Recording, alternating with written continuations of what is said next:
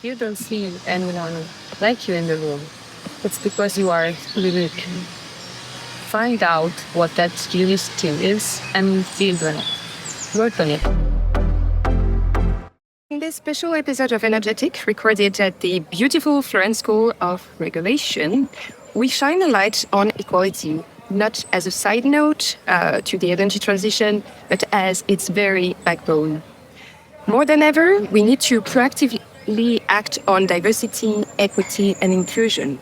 Because we need a diverse workforce to work and thrive in the energy sector. There can't be a just transition if half of the population, at least, is not involved, right? And there are too many missed opportunities, not because of talent, but because of unconscious bias and lack of representation, maybe. And the challenge don't stop at gender, of course. It's also about ethnicity, about age, about disability, about belief, identity, queerness, and really all the intersections we live in every way. But we also see that when there's a will, there's a way. Empowering one empowers thousands, if not millions. So how do we break the glass ceiling? How do we make progress? To answer my burning questions, my guests today are two incredible women leading this charge. Joana Simão Costa from the European Commission Directorate General for Energy, and Ilaria Conti, the head of gas at the Florence School of Regulation. Together, we explore how the equality platform is reshaping the workplace culture of the energy sector, and how the Lights on Women and the LUCE Award, now in their third edition, are putting women's achievements center stage in the race toward a greener, fairer future. From promoting intersectionality to spotlighting both legacy leaders and emerging talents, today's conversation is really about what it takes to make the energy transition more equal, more inclusive, more representative of society as large, and more effective, right? Because equality, again, is not a nice to have, and there can't be power for all without equality. Ilaria, Joana, thank you so much for being with me on Energetic. Pleasure. Really pleasure. So, what do you see as the biggest obstacle to making the energy sector more inclusive? Is it policy, culture, budget, or something else? Joanna. Happy to start, and thank you for that introduction. I think it's hard to pinpoint just one factor. You probably won't be surprised to hear that it's a plethora of things. Policy is very important. We still have a certain level of equality blindness in a lot of the policies that maybe don't target the goals with an equality lens. But then there's also cultural norms that are very hard to escape. There is still, embedded in our society things like gender roles, like unconscious bias, even unawareness. Sometimes we see that even in the discussions in the equality platform with people that are, more attuned to the whole topic. Sometimes a certain level of unawareness. It's normal. We all have limited experiences, but there's an effort that needs to be made by all of us, I think, to be more aware. Yeah. What do you believe? I believe that when it comes to reaching gender equality in the sector, it really has to do with the different contexts that we are talking about. There are different contexts, there are different misperceptions, there's different culture. It has very much to do at large with the society that we are in. And we here at the European University, which is has a long tradition in social sciences, we are exploring this dimension in conjunction with the gender dimension more and more. So it is, equality and gender and within the society at large. I think it really depends also on access. A very important point when we talk about inequalities is the access to knowledge, the access to energy. So as soon as there are barriers for specific some categories of in the society to access a certain level of knowledge of wealth, clearly there is an inequality, and that's what we are trying to fight, to analyze, to look into in our daily work. we do it particularly taking the gender dimension with the likes of women, as we will hear also today. That's very, very interesting because you both say that there is a gap in the knowledge and the acknowledgement that there is this gap, right? In the way we, over the years, we've been moving from trying to have this perception that there was something off to kind of more systematically collecting data and act on it, right? So something more scientific in a way, and also in places that are not necessarily all focused about gender issue as is the geology of the population or the difference of the population in the urban universities. It's really fascinating to see that it has come from intuition, right? It's come from the people. The qualities are indeed, there is no fair inequality, right? So inequalities are just inequalities, and they can happen at different levels, at different contexts, as I said. Yes, it has to do with the fact that some categories traditionally had privileged access to some dimension, to a better lifestyle, and in the energy sector in particular, it has to do a lot with tradition.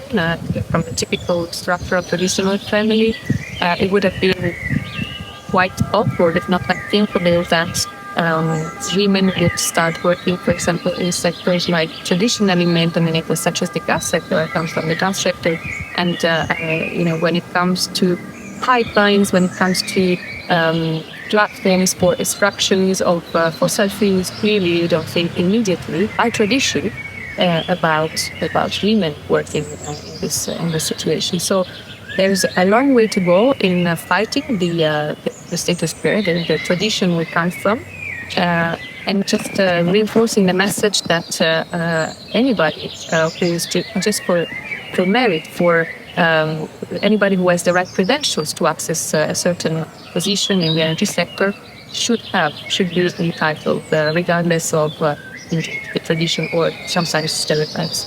And sometimes, just to add to that, everyday life situations can get us to, have these micro activist sort of remarks. You made me think when you spoke about the gas sector of a situation I had last year when we visited a gas substation. Only men working there, and at some point I had to use the restroom, and I asked the responsible person for the substation, where can I use the restroom, and he tells me, normally we just excuse me for being very blunt right now, but normally we just go somewhere around here. I was like, well, that doesn't make me very comfortable. And his answer was, well, we're all men. So there was not even a ladies' toilet. And that's the problem, point. Yes. I heard that also about changing room, like if you don't have changing rooms for women in the platform, or if the kind of concerns that their physical safety don't be addressed, there is no ways someone would like to work there, except they are very, very tough and very... I think the worst part in this is not so much the fact that Joana had to look for alternative solutions to this problem, but it's more like the kind of message that the absence of these facilities for women give to the outside world. Because imagine a young lady wanting to work in the energy sector and finding herself, having to face a similar situation, how included she would feel, right? So that's why it's important. It's not only about the fact that there may be some types of jobs that traditionally, for different reasons, have been really male-dominated. And it's not that we have to break all obstacles at any cost. It's really just having the chance, being entitled, being facilitated, if we want to access a certain environment, that this is possible, that this is facilitated, that this is considered normal, and then we have the chance of choosing.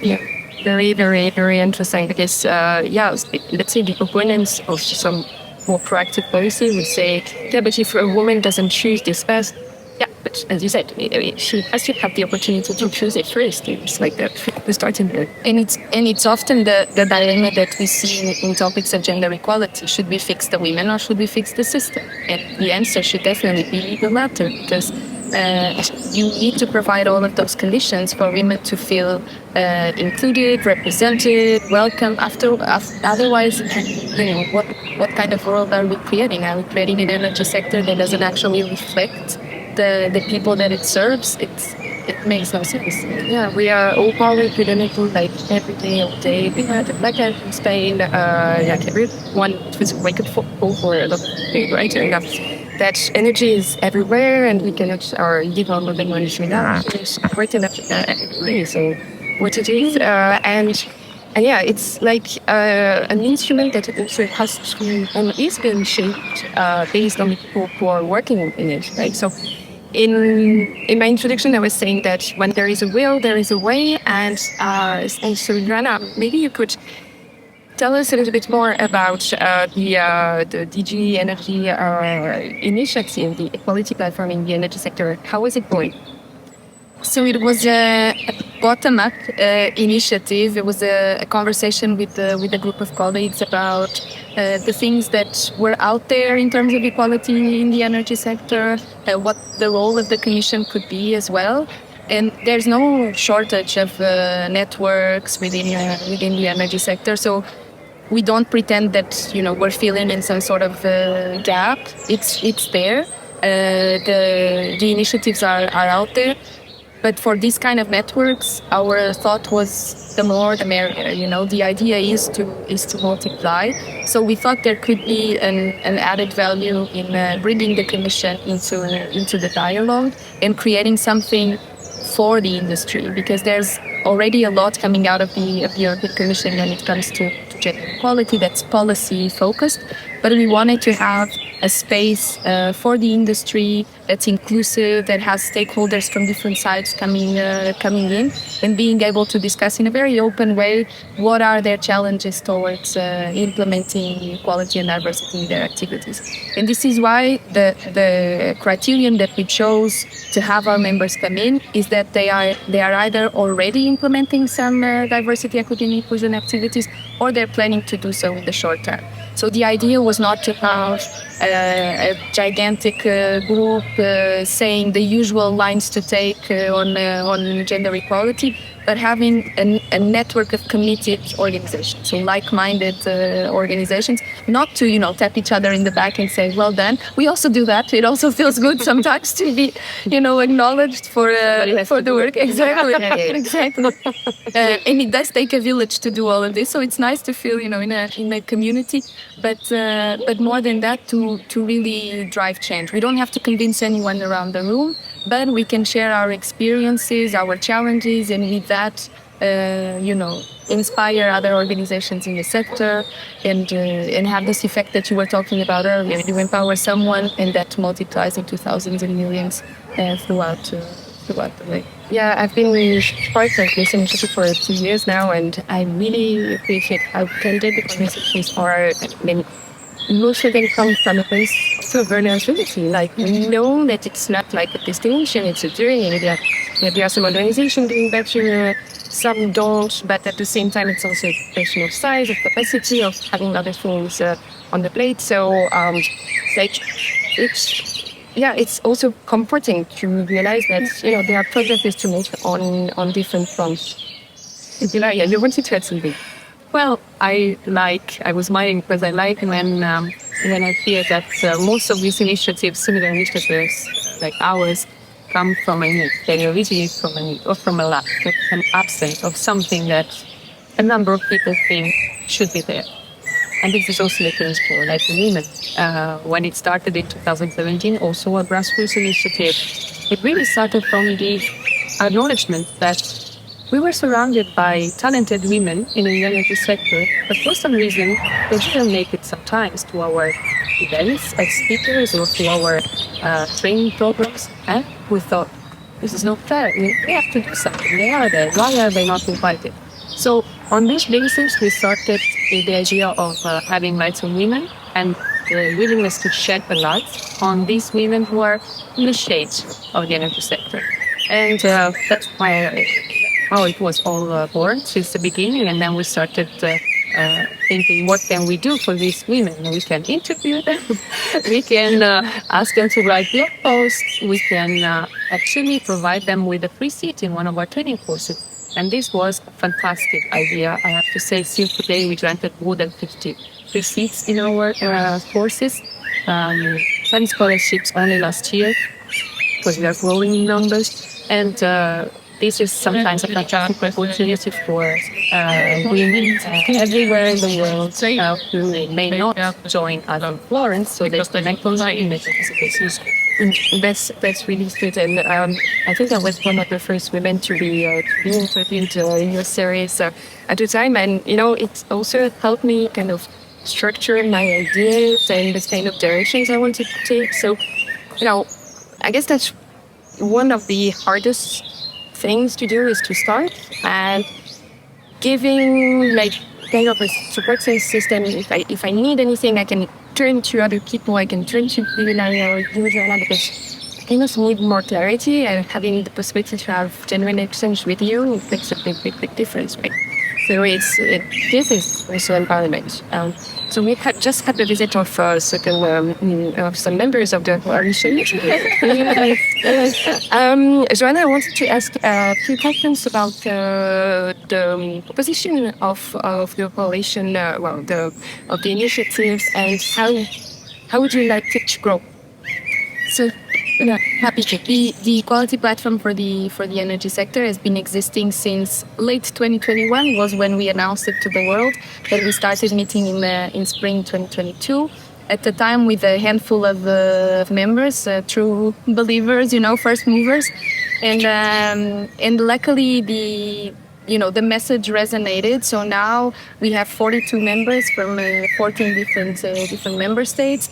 And we want to continue to grow. Again, the grow is not meant to be exponential. As I was saying, it's meant to keep this idea of a cohesive community. It doesn't have to be big. It has to be good and committed.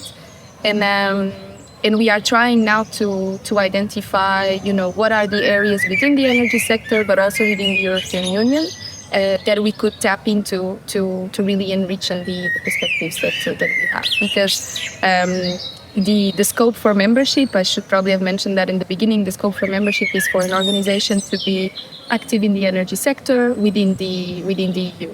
This is what we've set up as the criteria for our members. So there's a lot to explore. And we're learning as we go. Again, this being a grassroots initiative, we depend on how active our members are, and how this sense of community also boosts their engagement to do more. We just had our 7th meeting today, and we saw how there's already joint initiatives being born. One of them being this pilot version of a mentoring program that we have launched. It's not your usual mentoring program in the sense that it's not between individuals, but it's a B2B, if you will, so organization to organization mentoring program, where we have one member that is further ahead in their diversity and inclusion journey, coach and mentor a member that is a bit behind in the sense that they do not yet have a fully fledged measures to get there. And it was very inspiring to listen to their presentation today, to listen to their discussion, and to see how, at the end of the day, a lot of these things are transferable, which is why a community is so valuable, because you don't have to reinvent the wheel. You don't have to start from scratch in your organization. You can join a community of organizations that are already doing something and simply replicate, mirroring what's good, what exists. Absolutely. Ilaria, let's move on to an initiative. We're going to learn the name of the winner of one of the awards at the LUCE, which is the LUCE Award. So LUCE in Italian means light, but I guess that there was also a pun behind it as well. So, and there are 2 categories, legacy women and energy challenge. So what is the purpose of this LUCE Award, and what are you trying to achieve? So it's perfectly in line with the mission of Lights on Women. LUCE, indeed, as you said, means light in Italian, and the idea was going to organize a special event devoted to women on the International Day of Light, which is 16th of May. And so every year, on the 16th of May, we are closed because sometimes it's on Saturday and then we have to anticipate or postpone. But literally around the International Day of Light, we want to celebrate two outstanding women in the energy, climate, and sustainability sectors. And we have two different categories, as you said. Emerging talent, which is it's, the winner comes from an international call, completely on a volunteer basis, and the voting comes through a public website. So it's all very much transparent, very much global, if you want to, open to anyone who thinks she may deserve this award. And it really means to highlight the work of this emerging talent, usually a young category. The other category, Legacy Women, instead, it has the purpose of celebrating the long-standing achievements in the career of a woman who's been an energy professional for 40 years. We asked at least 15 years of experience in the sector. And again, this has more like a legacy flavor. So we, by inviting the winners here in Florence, and of course we celebrate them, but we also look forward to hearing from them about their experience, which is so diverse. And just to give just a few highlights, this is the third edition. We've been extremely lucky with the winners. We managed to give awards to very different profiles over these three editions. We had European women, we had non-European women, sometimes coming from very far, and sometimes we wonder how we managed to reach them even. But we managed, and this is the most important thing, because so that we give them a voice, we give them possibility to speak, we interview them, and they can share with us their exceptional journey in the sector. So it's a lot of supporting, learning from each other, and celebrating. And today we are also very blessed with the weather, so it's just perfect, the perfect day. Thank you. It's great. Thank you so much, because I can really see the passion, and that these are really some projects where you want to move the lines at your own level, and you start by doing what you know how to do best, right? So it's gathering your own social network and then expanding it step by step. And I just add the genius behind these awards, because the fact that you have an emerging talent category and then a legacy category is perfect for gender equality in the energy sector, because it tackles the two main barriers. It's on the one hand, entering the sector, going into this kind of area. So there, with the emerging talent, you're really supporting these women and giving them examples of how they can also do that. And then on the legacy side, you're tackling the barrier that we often see, which is after a while, if you're in the management path or in a certain career in energy, you drop out, because due to cultural norms, gender roles, and all of that, often women feel like it's very hard to balance their professional and personal lives, and they drop out. And these women have persevered. They have been in the sector for years. They're leaders, and you're celebrating them for it. I mean, it's just to support Ilaria's work, because it's genius. It's really very good. Yeah, absolutely. And I don't say that because last year I was one of the nominees of the legacy women of PhD. It does some good. So we are targeting the right one. Yeah, already getting like the nudge, being like when shortlisted for this award was also like a huge confidence boost, right? Because I guess it's also something that we always face along the way. So having, creating this form of sorority that you ladies are doing, it's absolutely essential. But okay, we're reaching the end of this episode, and Lorraine has been carrying the camera for for 25 minutes now, so she's a little tired. I would really like you to think in a very few words about some kind of advice you would give to someone, not necessarily a young woman, but can be someone from an underrepresented voice. We also touch upon this. Someone who wants to shape the energy transition, but do not see people like them in the room. What advice would you give them? Who starts? That was, yeah, I burned myself with that one. If you ask the question. Well, advice. So this is where the imposter syndrome that sometimes we get creeps in, because my first instinct when you asked the question was, do I have the legitimacy to be giving advice to other women? But I mean, I can share what worked with me, and maybe that can resonate, which is to find your allies, and that they can be women, they can be men, they can come from the same social cultural background as you or not. Find your allies, because otherwise it becomes very, very difficult to do it alone. And the self-doubt can also be very, very crippling when you enter a room. It has happened to me more than once, again, also in the gas sector, to not see anyone, close to my age or another woman. And I can imagine people having different identities than mine, seeing that difference in an even stronger way. So to find your allies is incredibly important, to have that support network. People that tell you, go on, you deserve to be there. You have a seat at the table, and the way you look says nothing about your capabilities. And eventually, this will change, and we'll start to see more and more diverse boardrooms and conference panels and all of that. I really 100% what Joana said. If I have to add something more, is just my advice would be, if you don't see anyone like you in the room, it's because you are unique.